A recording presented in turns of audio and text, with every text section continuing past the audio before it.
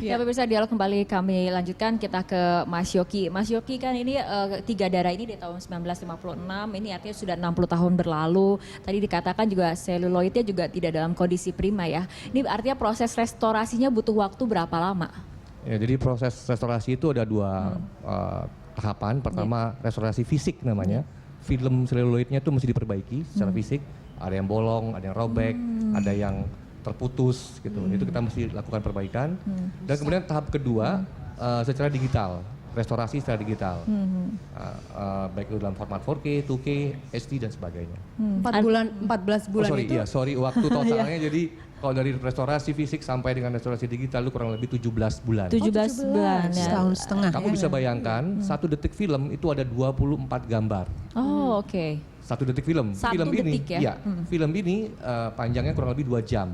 Jadi silakan dikalikan 24 kali 120. Oke. Itu jumlah gambar yang harus kami perbaiki. Itu proses pengerjaannya di mana aja Mas Yoki? Kalau untuk restorasi fisik, karena memang Indonesia belum punya fasilitasnya, itu kita lakukan di Italia, di Bologna, Italia.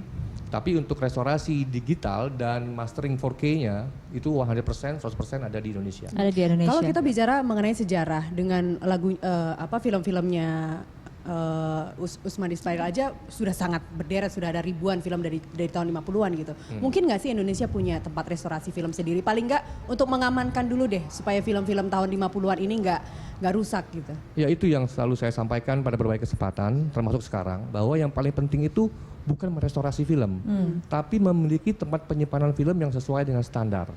Itu yang paling utama. Karena ibaratnya begini Mbak, kalau kita jaga kesehatan dengan baik, otomatis kita akan lebih baik hidupnya kan, biayanya tidak mahal. Tapi kalau kita nggak pernah menjaga kesehatan, tiba-tiba kena sakit, biayanya luar biasa besar. Kurang lebih analoginya untuk restorasi seperti itu.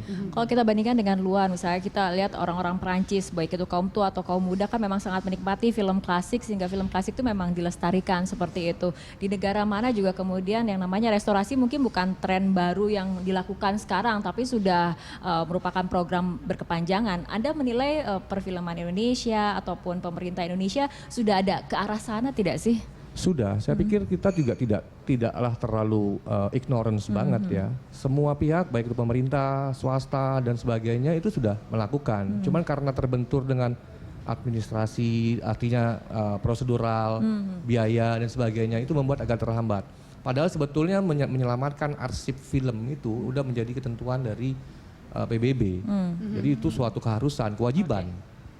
Ya, Om Mika, bagaimana nih tanggapannya bahwa sebetulnya melestarikan ataupun restorasi ini bukan yang paling utama, yang penting adalah temanya penyelamatan dari film-film klasik itu sendiri, film-film zaman dulu, seperti itu. Saya setuju sekali, memang harus diselamatkan.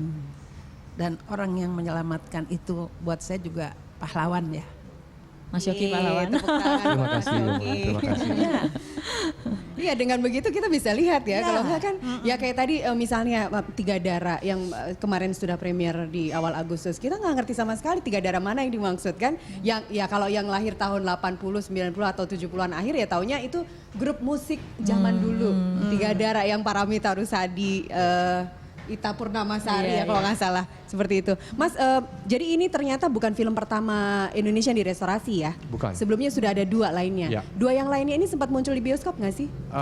Yang sempat muncul di bioskop itu cuman film Lewat Jam Malam. Lewat Jam Malam, itu kapan ya? Itu tahun 2012. 2012 dibiayai sepenuhnya oleh pemerintah Singapura. Oke, baik. Berapa lama sih muncul di bioskopnya? Terima kasih Mas.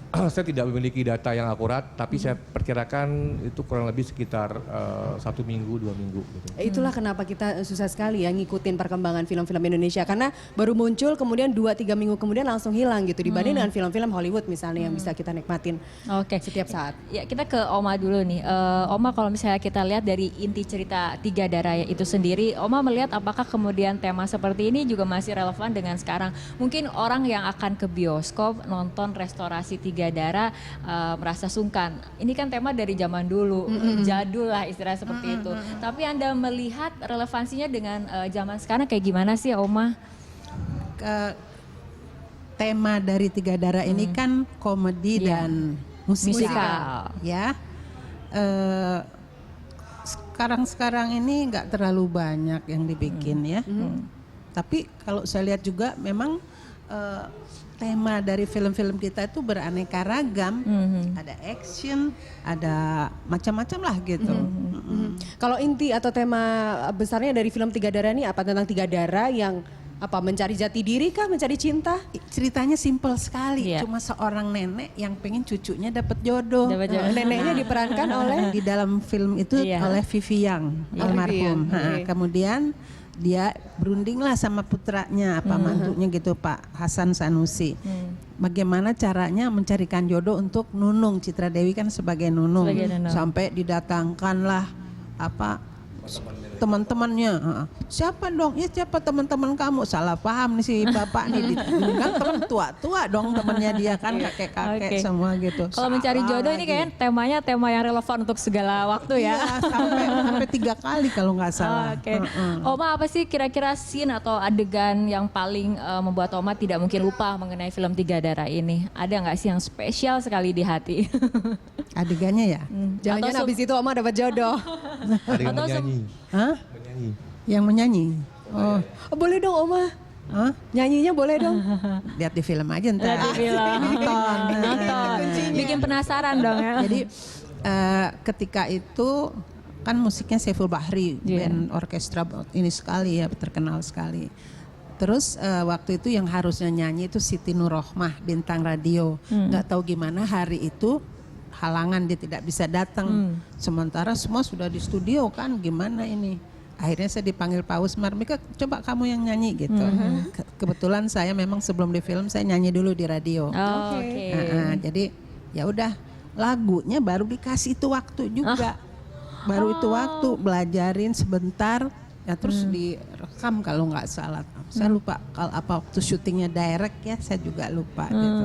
Itu lagu Artinya itu. tidak ada persiapan, hari itu juga dikasih langsung take untuk menyanyi. Belajar, terus nyanyi. Berapa kali retake waktu itu Oma? Masih ingat nggak? Ulang lagi, Nggak. ulang lagi. Enggak, saya nggak terlalu ingat. Cuma saya masih ingat Idris Sardi aja, Iya. masih pakai celana pendek. Iya, Bawa biolanya tapi tetap ya. masih belas-belasan juga umurnya. Oma aja dulu waktu itu baru umur 16 tahun ya pada saat penggarapan Tiga Darah. Ini seneng banget ya kita ngobrol sembari nostalgia banget ya Iya. ke tahun 56.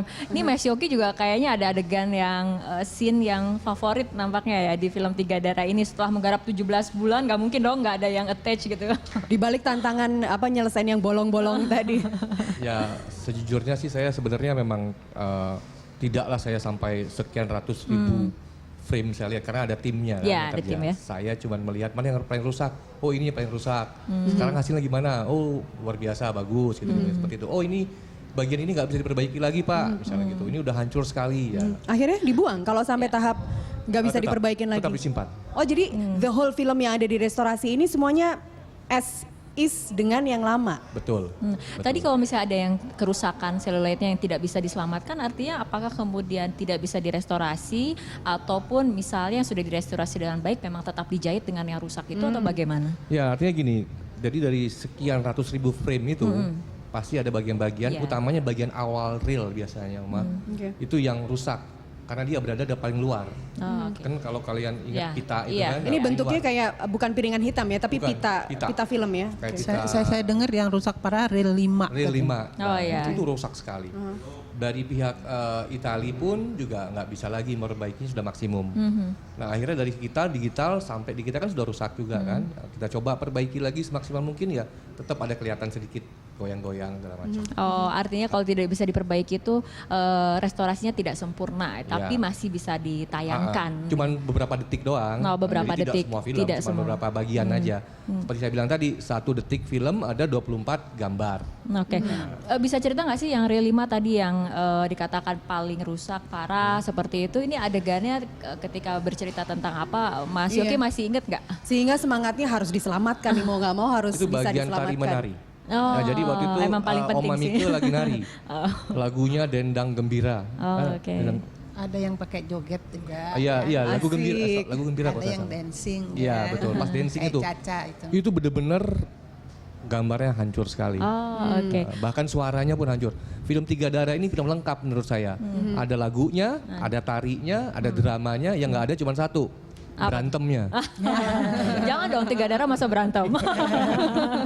Oke baik, Mas Yogi dan juga Oma, kita seperti biasa harus tahan dulu perbincangan. Pemirsa, kami juga mengundang Anda untuk berpartisipasi dalam dialog Lunch Talk kali ini. Anda bisa menghubungi nomor telepon di layar kaca Anda. Namun sebelum kita berpartisipasi dengan Anda, pemirsa, kita ikuti jeda berikut terlebih dahulu. Ya, silakan diminum.